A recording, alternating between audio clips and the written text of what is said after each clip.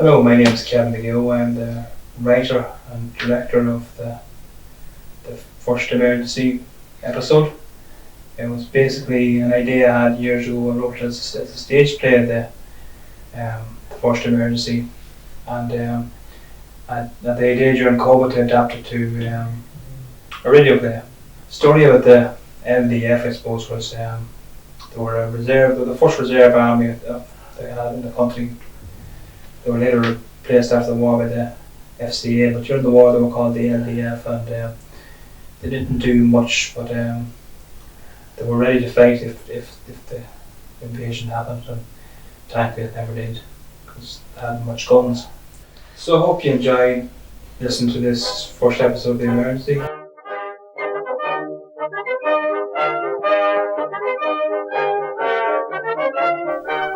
In this first instalment of The Emergency, Captain Morris is played by Nicky Hoare, Sergeant Cleary is played by Pat Deary, Pat Flanagan is played by Jim O'Neill, Anthony Connolly is played by Francis Gerard Duffy, Peter Traynor and the Canadian are played by David Main, Owen Fleming is played by Sean Callan, Rose Mulligan is played by Emma Duffy, Mrs. Mulligan is played by Nuala McQuillan, the German spy is played by Kevin McGeough, and the reporter is played by Padraig Finnegan.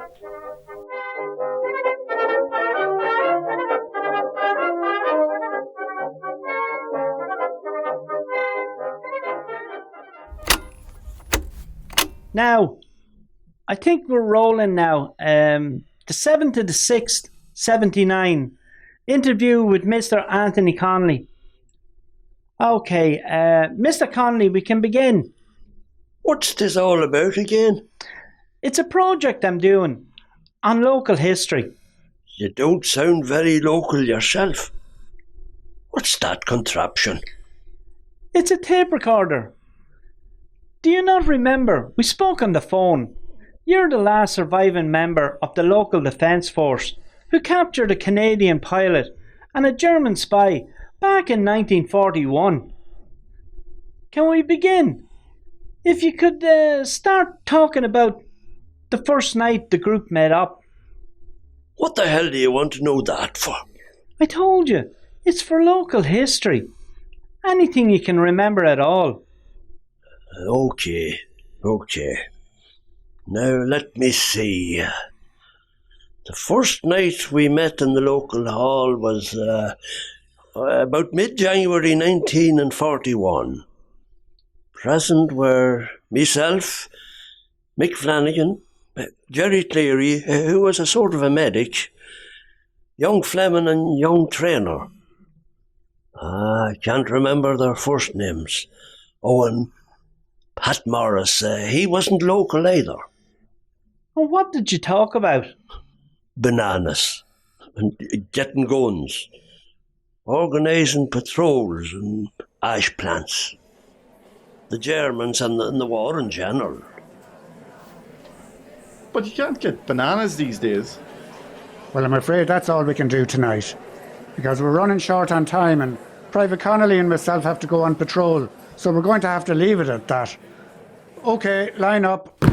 Parade attention. Dismissed. See you all tomorrow night. Private Traynor and Sergeant Cleary, don't forget you're on duty after us tonight.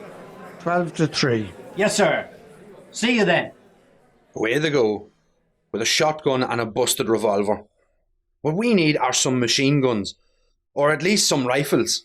It's not much to ask. If we had rifles, we'd be ready for anything. Guns have always been hard to get in this country. Well, I don't think it would make a damn bit of difference. If invaders come, they'd come in force, and we'd hardly be able to do much to deter them. Still, it would be good to have weapons if the moment did arise. At least we'd get a good crack at them before heading for the hills. Let's face facts, though.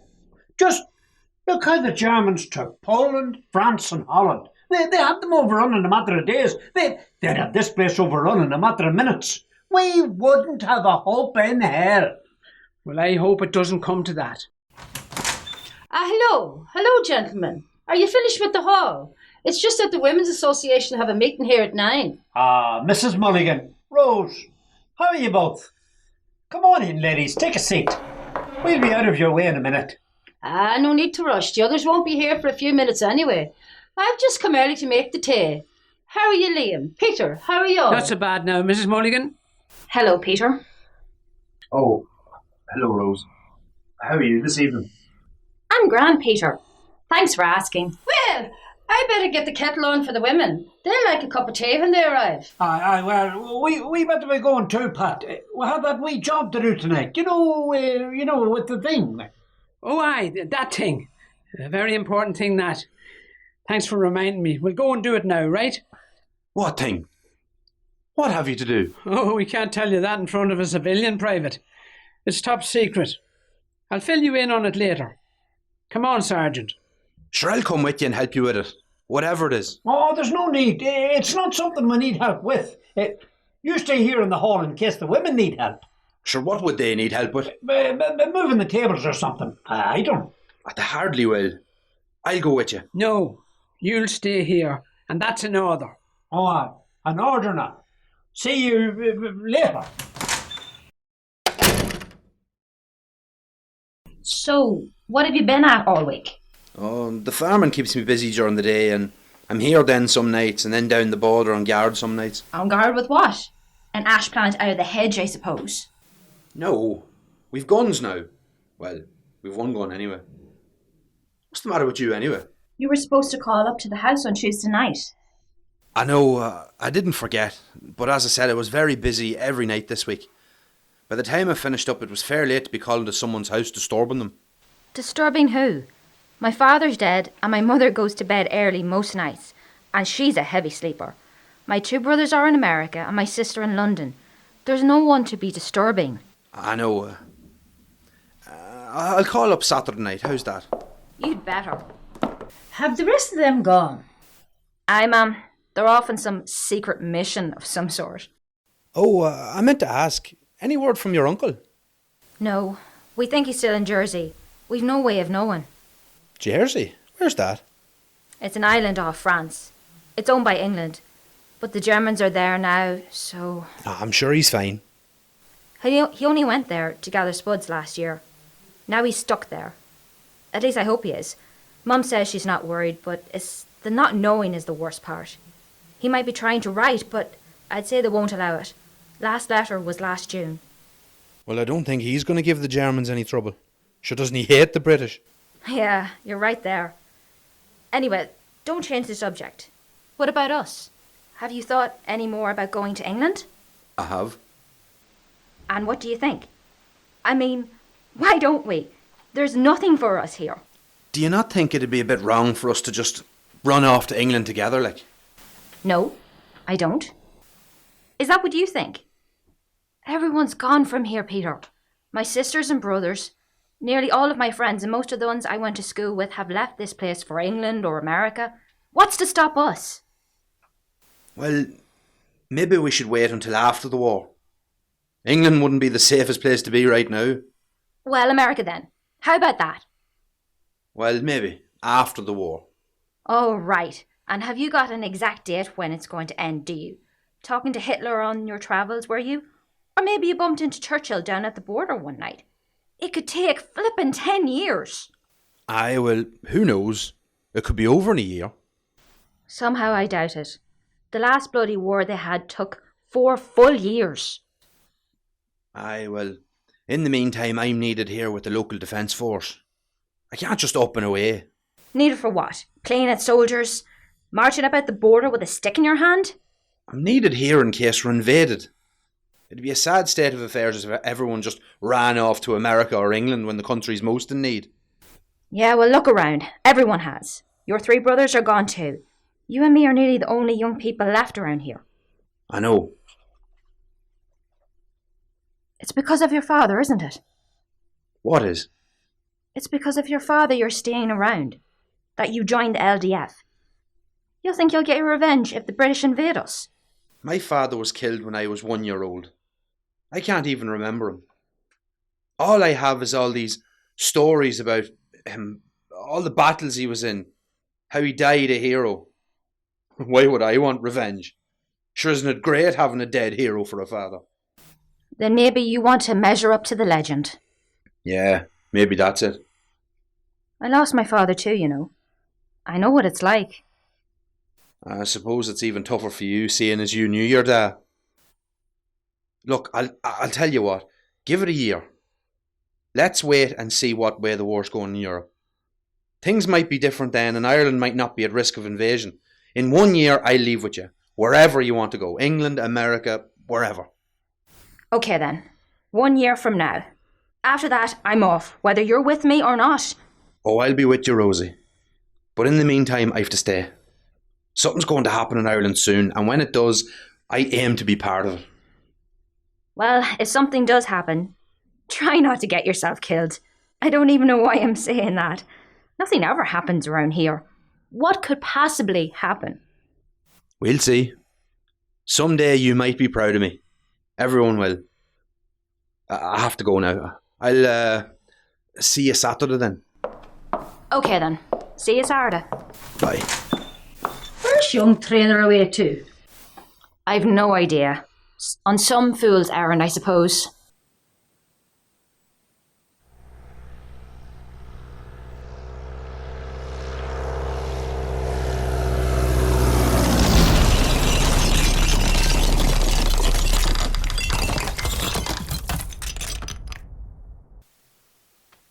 What have you got? There. Ah, not good enough. I win this hand too. To hell with this, I'm sick of it. Can we not play something else? What? Instead of 25? Instead of cards, I'm sick of playing cards. You're only sick of it because you're losing. 25's a great game if you'd learn to play it right. A great game if you're winning, I'd say. Can we not play drafts for a while? Drafts? Where's there a draft board? There's one on the drawer of this table over here, I'm nearly sure. It's gone. Bloody hell. It was here last night. Who the hell took it? I don't know. I never even saw a draft board there. To hell with this. I'm sick of waiting here. Can we not go down and see the plane crash? Ah, you see. I knew that's what was up with you all afternoon. No, we cannot. Our orders are to stay here. Come on. I've never seen a plane up close before. Neither have I. There'll be plenty of time to see the bloody thing when the lads come back. It's not going anywhere. Here, what do you suppose it is? Oh, I don't know. Spitfire or something. Hard to tell what the hell it is now. It's lying at 40 paces strewn across Mickey Brandon's low meadow. I mean, do you think it's a British one or a German or what? It didn't look like a German one to me. I'd say it's probably British. I think it had that red, white and blue circle insignia on it. That plane crash is the first bit of excitement there's been around here since the war started. Hardly anything happens around here seeing as we're all neutral. Oh, what do you want to happen? Do you want us to side with Britain? Then the Luftwaffe would come over and bomb the shite of us like they're doing over in England. So the Germans would hardly waste a bomb around here. Maybe not. Well, what, they'd bomb Dublin, Cork, Galway, and all the big towns if we sided against them. I hope to God I'm wrong, but mark my words. Sooner or later they're going to bomb the north too. We're better off neutral. It's hard to know what we're better off doing. True enough, Matt. Jerry, weren't you in the States for a while? I was, David. Why do you ask? Well, I was just wondering what it was like. The USA. I was thinking of going over there after the war. All right, I see. Well, I was in New York mostly. Huge big city. Busy, lots of people, huge tall buildings. Is it as big as Dublin? What's a bit bigger than Dublin? Bigger than Dublin? By how much? Well, I'll put it like this. Everything in the States is big. Their buildings, their streets, houses, towns, cities. Have you ever seen Nelson's Pillar in Dublin? Aye. Well, you know how tall it is. Well, their Statue of Liberty would be 5 times as tall, and most of the buildings would be too. Their middle-sized streets would be as wide as our widest, and so on and so forth. You get what I mean? Would there be much work? Any amount of it. But in any big city, you have to look out for yourself. There's always loads of people waiting to steal from you or take advantage of you in some way, so you have to watch out for them too, lad. So, how come you came back here then? That's a bit of a long story, but I'll give you the short version. Did you ever hear of the Wall Street crash in 1929? No. Well, That was the name they put on it when the USA lost all its money overnight. All the big banks had no money, and so there was no money to pay workers, so there was no work, and so on and so forth. I had made some investments at that time. I lost a lot. I ended up with practically no money. Jobs couldn't be got, so I had no choice but to head home. But if things were so bad back then, how are you sure there'd be work there now? Well, it's been nearly 12 years since then. The USA is well back on its feet now. I hear they're talking of going into the war. And if they go into the war, they'll be mad for men for shipbuilding, arms manufacturing and all that. I suppose so. I meant to ask you, how did you get on with young Mulligan, that one the other night after we left? Will you be taking her to America with you? What do you mean, how did I get on? None of your business, that's how I got on. Oh, no, you must have got up to something. You're getting very defensive there. Am I hell getting defensive? I got up to nothing. Sure, how would you get up to etting with the mother coming in and out every second, making tea, and a clatter of old women due to walk in on top of you? Well, I was only asking, like. No bother. The lads are taking a long time. They're probably searching for the pilot. Morris said he was seen parachuting out of the plane. He's long gone, I'd say. If he didn't land in the north, he's bound to have gotten that far by the time we showed up.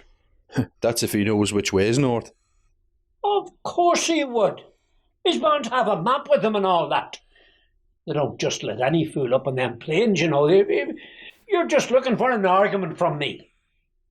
Will I go down the road and see how they're getting on? No, you won't. You'll stay here. I'll go out to the top of the brae and have a look through the binoculars. You shuffle them cards there. I want another game when I come back. Where's the damn binoculars now? In the drawer of the table there where the drafts were supposed to be. Right. I'll be back in a minute.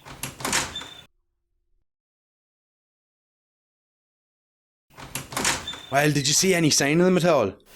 Oh, they're on their way, but they have a prisoner with them. Oh, I'm sure they have. Oh, no, they really do. Looks like a British pilot. RAF, I think. You'll see in a second. Here they come. Oh, you weren't messing. Our first prisoner. What'll we do with him? I'd hardly say we'll have him for too long. The army will probably take him off our hands soon.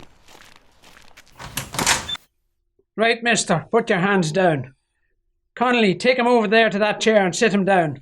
Right. Over here, you. Sit there and don't move. You got it. Where's Morris and Fleming? Oh, they're down at the plane yard at the army get here. Guarding it? It's not like someone's going to take off with it now. Here, where did you get that revolver? Is it his? Yes, it is his. Can I see it? No, you can't. Is he a Brit or what? Well, we're not sure. He's dressed as a Brit, but he talks like a Yank. So we think he's a Yank wearing a Brit uniform. Hey, I'm no damn Yank. How would I be a Yank? The United States aren't even in the war yet. I'm a Canadian, and this is a Canadian Air Force uniform. You see that insignia? All right. You're a Canadian, so no need to get upset. Oh yeah? How would you guys like it if I said you were Englishmen? You'd be making a big mistake anyway saying that now, so you would. Well, there you see. Now I've hit a sore spot. So this is the famous headquarters your captain talked about? Take 'em back to headquarters, boys. I suppose all the high-tech equipment and the whatnots are in the other room? Oh, you've picked up a smart fellow, lads. A right funny man.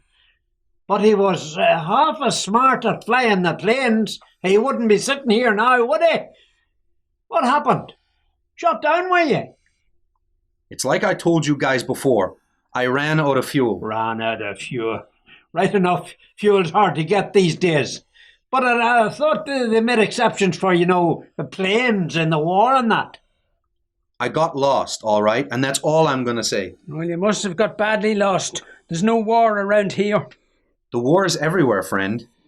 Don't you see? It keeps following you around. Well, it won't be following you around for much longer. You'll be staying here in Ireland until it's over, and there's a nice little prison camp waiting for you somewhere. Hope it's better than the last one. Where was that then? Germany. Did you run out of fuel over there too? No, I got shot down. What's it like over there? What are the Germans like? What about the Nazis? What are they like? Did you see any of them? Yeah, I saw them. The real Nazis. They ran a prison camp I was in when I got captured. Strange place. Not many soldiers in it, just a bunch of people working for them. What do you mean? Well, they got these camps, right? The real Nazi sons of bitches run them, and they're not like a regular camp. They don't have soldiers in them. They're just full of ordinary people, and the Nazis got them working all the time, digging ditches and shit like that. And if any of them step out of line, bang, bullet in the head. What the hell kind of a camp is that? Slave camp, I guess. I don't know. Glad I wasn't there long enough to find out. But this English guy I met told me he was in another camp like that, where all he seen them do was bury bodies. Like they dig a big hole, and then over comes this truck, and in goes a load of bodies from the back of the truck. Maybe they had an outbreak of TB or something like that. Maybe they all died with it and they were just burying them to contain it, like. Yeah, maybe.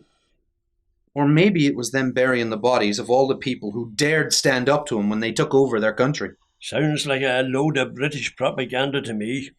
You said yourself it was an Englishman told you. Propaganda my ass.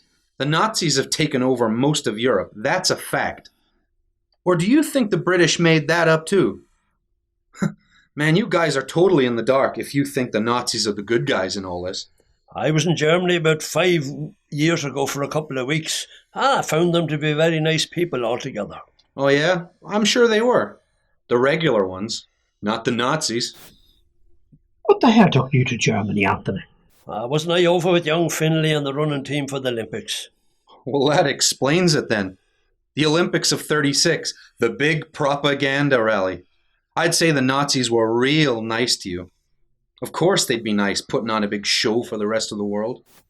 Why should we side with the British? Didn't they bleed our country dry for centuries? What did the Germans ever do to us? Well, nothing, I guess, but wait till they get here. If the Germans ever invade you, they'll make what the British did here look like the work of the Salvation Army. We're a neutral country. We aren't on any side. Neutral, right. I almost forgot. Well, all I'm saying is, if you ever decide to get off the fence, make sure you jump the right way. So how did you get out of Germany? Well, I escaped, didn't I? And that's all I can say about it. Guess I was lucky. I could sure use a latrine about now. Is there one here? Here. There's your bloody latrine. Trainer, take the prisoner across to the wash house behind the school. Can I go down and see the plane after that? Sure, why not? Hey, wait a minute, Trainer. Are you forgetting something? Like what? A gun. Take a bloody gun with you, and make sure it's a loaded one. Take him straight to the wash house and back, and don't let him go anywhere else. Straight back here now, do you hear me? All right, can I take his gun? No, you cannot. Take this shotgun. Don't accidentally shoot him.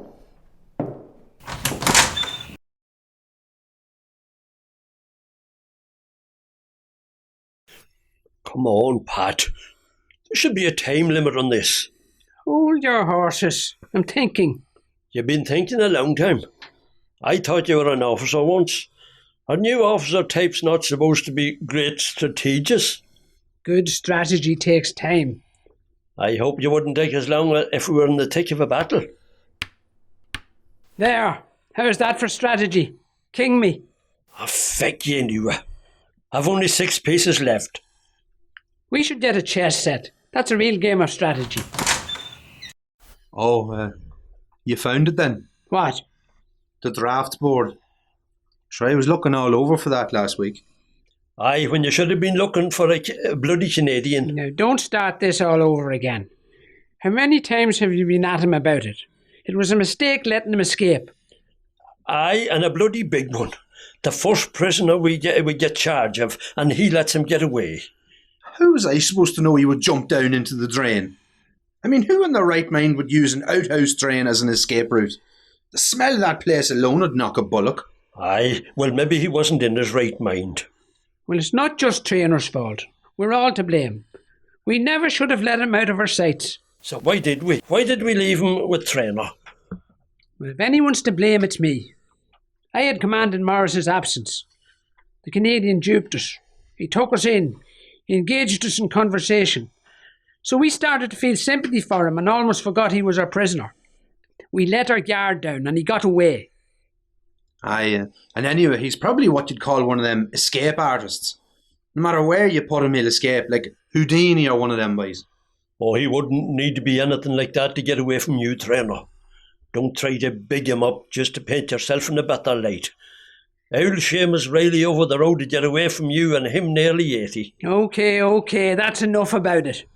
He's probably back in his base up the north somewhere right now, having a good laugh at us at our expense, telling them all of the bunch of idiots we are. Well, it's not a mistake we're likely to make again. You're right there, because we're hardly likely to have another prisoner again. Not exactly every day a plane crashes round here. Well, what I meant was, if we do have another prisoner, and if he wants to go to the toilet, 2 armed men must watch him at all times, and then tie him up when he's finished. Hands and feet. Your father wouldn't have made that mistake, Traynor. I'm sick of hearing of my father lately. Ever since the first night I joined, people have been going on about him. I wish they'd mind their own business. Oh, he was our business. He was our comrade. Aye, till he got killed. Ever since that, he's been nobody's business but mine. Last thing I'll say on the subject's this. If people didn't think us a joke and a laughing stock before, they certainly do now. And we'll never get a chance to redeem ourselves. All right. Let's put the past behind us. Not worry about the future, but focus in on the present. We have the first aid course tonight.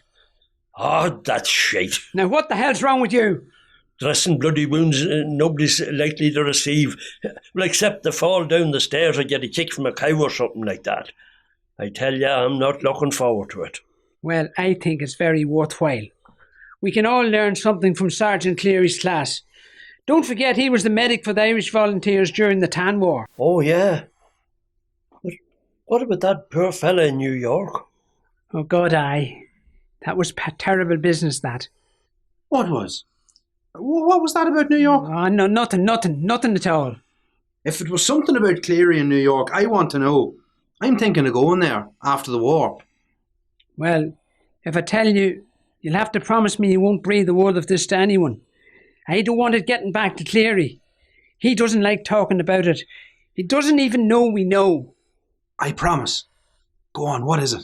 Well, when Cleary was in New York a few years ago, he decided to put the bit of medical knowledge he had to the test, and he wound up working for mobsters as a sort of a patch-up man, pulling bullets out of fellas that had been shot. Who shot them? Gangsters. Jimmy Cagney and all that. You see, if one of them fellas got shot robbing a bank or whatever, they couldn't really go to a hospital. So that's why they had boys like Cleary's on standby. I've heard he pulled bullets out of at least a dozen different men. Anyway, one night they brought him this poor fella that had got wounded very badly during a shootout with the police. Jerry did what he could, but the lad was too badly injured and he died there in front of him on a kitchen table in Queens. Jesus, that's terrible. Well, that's not the half of it. Nobody blamed poor Jerry for the lad's death. Well, nobody could have. Nobody except the boss of the gangsters, who happened to be the dead man's uncle. He wanted Cleary's head on a plate. But Jerry managed to slip away out of town. He hid for a while and eventually got a boat back to Ireland. If he hadn't, I'd say he'd be holding up a bridge somewhere in New York City this very moment. You mean they would have killed him? Of course. Oh, he's not the first Irishman to offer their experience to the mob and then disappear without a trace. Oh, we've heard too many stories. Clearly was lucky to get away. Oh, damn lucky. Well, other men weren't as lucky. There was a man from these parts who was a hired gun in New York for years. Then about 18 months ago, whoosh, gone, just like that. No letters, no phone calls, no trace of him ever since. And there's him telling me how great New York is. Now it sounds like a bloody nightmare. Oh, I'm sure it's a grand place altogether. Just don't get mixed up with the gangsters like he did. And he told me the reason he came back to Ireland was because he lost a load of money in some street crash. And he couldn't find work because things went bad. Yeah, Wall Street. I suppose he told you about owning half of New York City before he lost it all in that crash. Not a word about it. Running away from the mobsters is the real story, as far as we know. We heard it from the people who helped him get back to this country. But as I say, don't ever tell anyone about this. I won't. Shh. Here comes Cleary with Morris.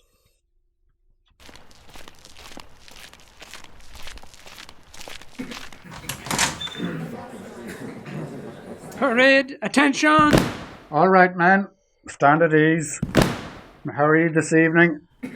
Fall out there. Is it true the guards got word of the Canadian? Yes, that's right. The police in Katy were in contact with the Gardaí here to tell them they picked up a man in RAF uniform down at the border who speaks with an American accent and stank to high heaven. Well, that's what he gets for crawling up shithouse drains. Anyway, let's get underway. So, if you'd all like to take a seat, Sergeant Cleary's going to show us a few basic first aid procedures. Simple enough stuff. Bandaging a wound, immobilising a broken arm or a leg, etc. That type of thing. Is that correct, Sergeant? Yes, sir. Is somebody missing? Yes, Private Fleming. Well, where is he? I don't know, sir. Well, he'd better have a damn good excuse for being late. Anyway, we'd better start. Over to you, Sergeant Cleary. Thank you, sir. Right then. First thing we're going to deal with tonight, as we mentioned, is a broken leg or arm. So, let's start with the arm. Now, I need a volunteer to have his arm broke. But, sorry. What I mean is, I need someone to be the patient, so I can demonstrate how to treat a broken arm. Anthony, you'll do it. Come over here and take a seat. Now, the first thing you do when treating any broken limb is immobilise it. With the arm, depending on where it's broke, you tie splints around it. I'm working on the lower part of the arm, as you see, but you may have to immobilise the whole arm if need be. Now, that's them tied on. Just hold your arm across your chest there. What I'm doing now is making up a sling, which I then place over the patient's neck. The arm is then placed inside it, and it's rested and supported. Very good, Sergeant. Don't you think so, man? Now I'll do the leg. Stick your leg out there, Anthony. Now, you need, of course, a longer splint for this, so I brought along 2 brush handles to act as splint. This makes sure that the leg stays straight and in the one place, so the patient doesn't suffer further pain. Now, we tie them top and bottom, and if you've done it correctly, the leg should be immobilised. Hey, what the hell do you think you're doing with that? I'm only cutting off the piece. You'll cut off nothing. Get away from me with that saw. It's only a demonstration you're doing, not a bloody amputation. Now, would you all like to have a look? Okay, man. Each of you in turn have a look. Look at it there, that's it. You can see how it's tied up there. Ah, Private Fleming. Glad you could make it. I did say 7 o'clock. It's now 15:15. Now, what have you to say for yourself? And what are you doing wheeling that bike in here? Invaders! We're being invaded! Oh, you can do better than that. No, I swear, sir. Oh, aye. Is it the Brits or the Germans? Germans, I saw them. They're here. Parachuters. They jumped out of a plane. 3 or 4 of them. I seen them. Maybe more. One of them came down the trees at the bottom of Barney McGinty's lane. I heard the crash of the branches and seen him in there struggling to get down. He's probably still stuck up there. I'm not having you on. Look, sir, all you look what he's brought with him. A pitchfork with 2 corks, acting as a type of scabbard. Very ingenious, Owen. Don't you think so, man? No, not the bloody pitchfork. The bloody helmet. Good God. It's German. They're here. They're here. The Germans. You said there were more. How many? Don't know, sir. At first I could see them. and then I lost sight of them. And when your man came down in the trees above me, I didn't hang around. Oh, we're done for. They're invading us. I knew it first Holland, then Belgium, France, and now it's our turn. Calm down, Cleary. Right. Right, we'd better check this out. Fleming, you get on your bike and head straight for town. Go the low road by the lake, and when you get there, raise the alarm. Go straight to the barracks and get the army out here fast, right? But I've only just got here and I'm knackered. Oh, and on your way back, take down as many signs as you can. Signs for what? Road signs, you idiot. So the Germans won't know where they are or where they're going. It'll slow them up. Now go! Keep your head down, son, and watch they don't come on you. Go on. Be careful. What are we going to do? Sure. We're going to go down to Barney McGinnity's lane and apprehend this fella that Fleming says is stuck up that tree. I beg your pardon, but apprehend him with what? Bicycle pumps? We have damn old guns and we don't know how many of them fellas there is around. It could be only a few, but who knows? It could be the start of a full-scale invasion. They've taken over Poland, Belgium, Holland, France, and now it's Monaghan's turn. Oh, we're done for. Will you calm down, man? Stop letting your imagination get the better of you. No. Oh, Jesus Christ! Oh, thank God it's only you, Mrs. Mulligan. God, you give us a fright there. Trainer, go out there and stand guard for God's sake so no one else sneaks up on us. Oh, sorry, man, I gave you fright. I just saw the light on and come up to tell you. There's a bloody German after landing on our roof. What? A German was on our roof. He had the dog going mad. The curse of God in him. We couldn't get any pace. More of them? Where is he now?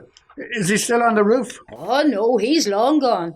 He took off across the fields about 20 minutes ago, heading towards the town. He has the slits of me roof in bits with the clattering he was at trying to get down. Left the bloody parachute caught me chimney too. Half the village has gone down to the church basement to hide for fear there'll be more of them. I've come up to ask you what we should do. Will we head across to the north or what? It's all right, Mrs. Mulligan. We have it under control. We're going down now to sort it all out. Go on back to the church and lock the doors and tell everyone to stay there until morning. You have it under control. What are you going to do?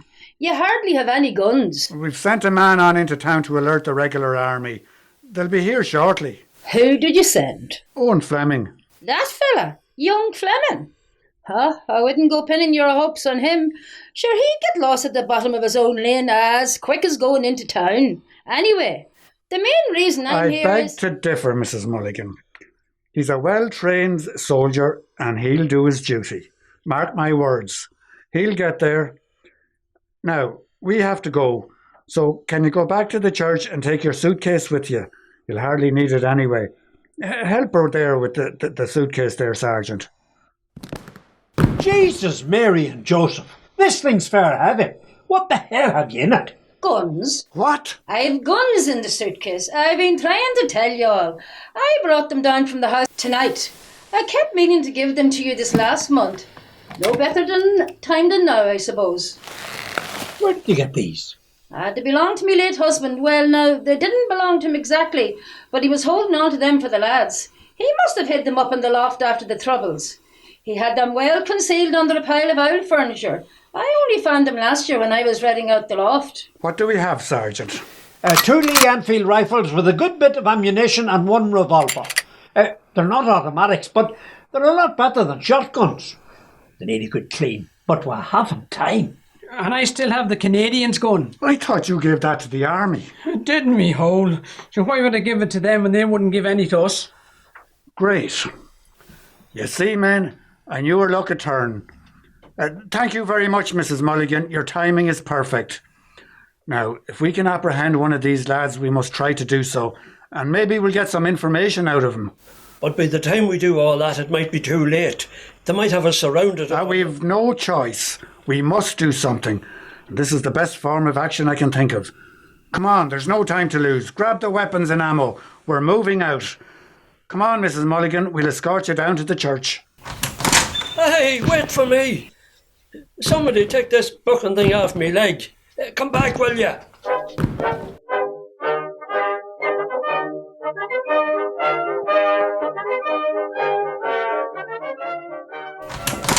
Right, bring him over here, lads.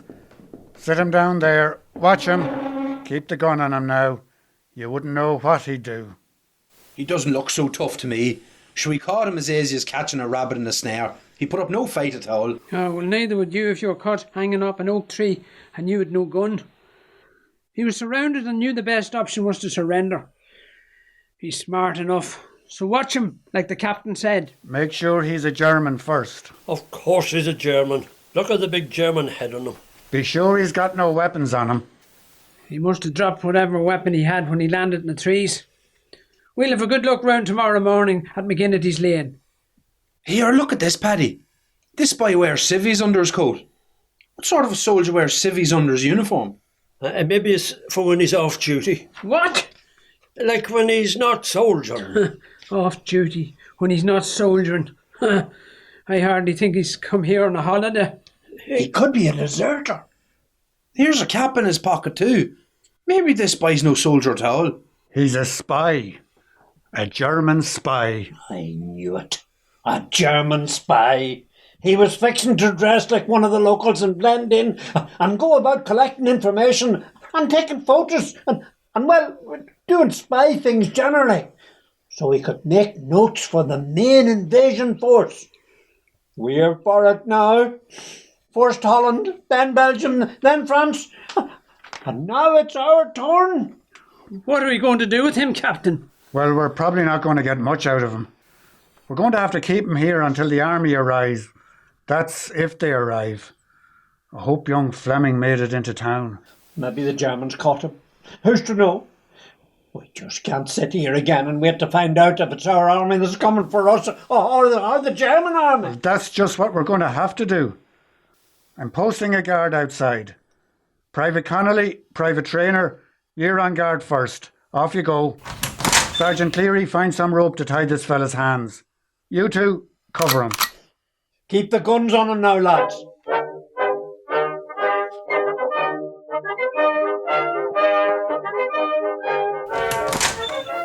Well, has he given you any information? Has he talked? No, he hasn't said a word. What do you want, Trainer? Well, I was just wondering when we would be relieved. Relieve yourself in the hedge there anytime you want. You'll be relieved when your hour is up, and that's not for another half hour. So get back on guard with Connolly. Well, it's just that it's getting a bit cold out here. Well, what do you expect? It's February. You younger fellas need to be toughened up. Bit of cold won't do you any harm. You don't hear Private Connolly complaining about the cold, do you? That man's as hard as they come. Oh, book and freezing. They are probably quite cold at this stage, sir. It's a cold night when you're just standing about. Right. I suppose so. Put on the kettle, Pat. We'll bring out some tea in a minute, Trainer, okay? In the meantime, try stomping your feet and flapping your arms. Okay, thank you, sir. They're bringing us tea, Anthony. Thank Christ for that. Trainer, Yes, sir. have you heard any noise out there? Gunfire or anything at all like that? No, not a sound. That's strange. Okay, that's all. Oh, it's very quiet. Maybe there's no invasion at all. It's too quiet.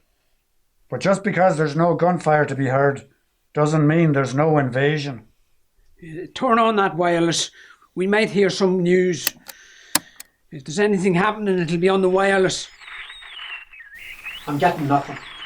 Not the stations coming in. There's nothing on the Irish frequencies. And try the BBC then. That's not coming in either. I'll try Lord Haw-Haw's band. You'll do no such thing. We're not listening to that crackpot. I only want to see if it's coming in. Well, Lord Haw-Haw is not all that bad. He's about the only entertainment there is nowadays. I find him quite funny. Well, funny or not, we've more to be doing than sitting around listening to him. I'm not getting him either. Oh God, it's strange that none of the stations are coming in. I wonder what it means. It could mean that the Germans have disabled our radio receiving capabilities in the course of cutting all communications. On the other hand, it could mean the feckin' radio's packed in again. Here's the tea, lads. Oh, that's great. Thanks very much. Will I give the Jerry a cup too? Oh, I suppose you'd better. I'd say he was frozen stiff hanging from that tree. I thought we'd never get him down. That must be one of the highest trees around. It's lucky he didn't have a fear of heights. Well, if he had a fear of heights, he wouldn't have got into that bloody plane, would he? Well, I untie his hands, sir. I can't see him doing us much harm at this stage. Certainly not. We're not taking any chances with him. He's managing there rightly. Remember what happened last time? Ah, that's good, yeah. Dankeschön. What's he on about now? I think he's just saying thank you. Oh, right. Well, you're welcome. Man, dear, that was great tea. Do you know, I could take another cup of that. Could you now? Well, you can make it yourself, Sergeant. I'll do just that. Look out! He's loose! Watch out, Cleary! Drop your guns. Handy Hawk. Where the hell did he get that gun?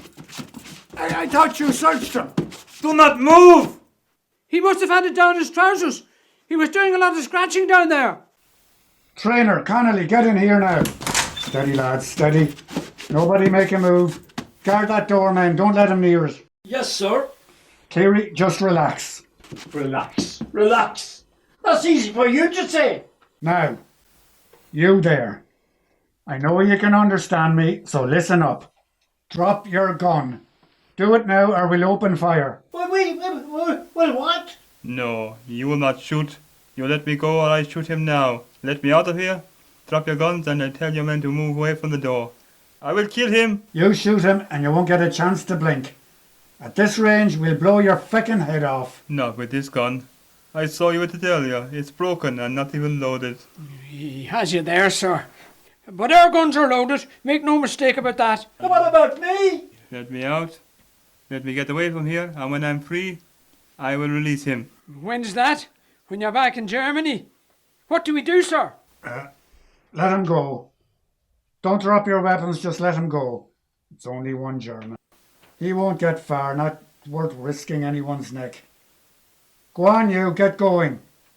Just know, if you harm him, we'll hunt you down like a dog. Dankeschön. I'd be the same. Look out there, I've bad brakes. Ah, Jason! Quick, grab his gun, trainer. Stand up, now, and put your hands on your head. Sorry, Sergeant. The brakes are a bit dodgy on this yoke. That's all right, son. You've just saved my bacon there. This fella here wanted to take me for a walk. Nick Schießen! Oh, it's back to the German now, is it? Tie him up for sure this time, lads. With pleasure, Sergeant. Well done, Fleming. Well done, trainer too. Very well done indeed. Your father'd be proud of you. Thank you, sir. Anything to report, Fleming? Did you make it into town? Are the army on their way? How many more Germans are we dealing with, do you know? Yes, sir. I got a lift back to the crossroads in the army lorry. They picked up 2 more Germans near the town, and another fella's not far from here. Is that him that was up the tree? Yes, that's him. Caught him right where you said he was. Did they get any information from the fellas they caught? Can we expect any more? What's the situation overall? They don't expect any more. The army think they're a small team of spies, no more than 4 of them. They've caught boys at this before, apparently. They dress in civvies, then when they get here, they go around the country spying. If they're not caught straight away, they usually are within a few weeks. They say the accent gives them away. Sir, the army's here with a big lorry. Right, time to hand this fellow over then. What's going to happen to him then, sir? Oh, they'll probably ship him off to the Curragh. What? They're going to take him to the races? No, for God's sake. The big army barracks they have up there. They've a big prison camp attached to it where they hold all these fellas. Just get them onto the truck. This will be great for us, sir. When they hear about our exploits tonight, we'll be the toast of the town. Oh, aye. I can see the headline in next week's paper. Local Defence Force Unit captures German spy. That'll get them talking. Yes, indeed. That'll show them we're a fine fighting unit, capable of defending ourselves and our surroundings from enemies of all kinds. So, I'll put the kettle on. Oh God, aye. Great idea, Mick. Stick it on. This was the first instalment of The Emergency by Kevin McGeough. Captain Morris was played by Nicky Hoare, Sergeant Cleary was played by Pat Deary, Pat Flanagan was played by Jim O'Neill, Anthony Connolly was played by Francis Gerard Duffy. Peter Traynor and the Canadian were played by David Main. Owen Fleming was played by Sean Callan. Rose Mulligan was played by Emma Duffy. Mrs. Mulligan was played by Nuala McQuillan. German Spy was played by Kevin McGeough. The Reporter was played by Padraig Finnegan. We hope you'll join us next time for the second instalment of The Emergency, recorded live in Orem, Castleblayney, County Monaghan. Thanks for listening.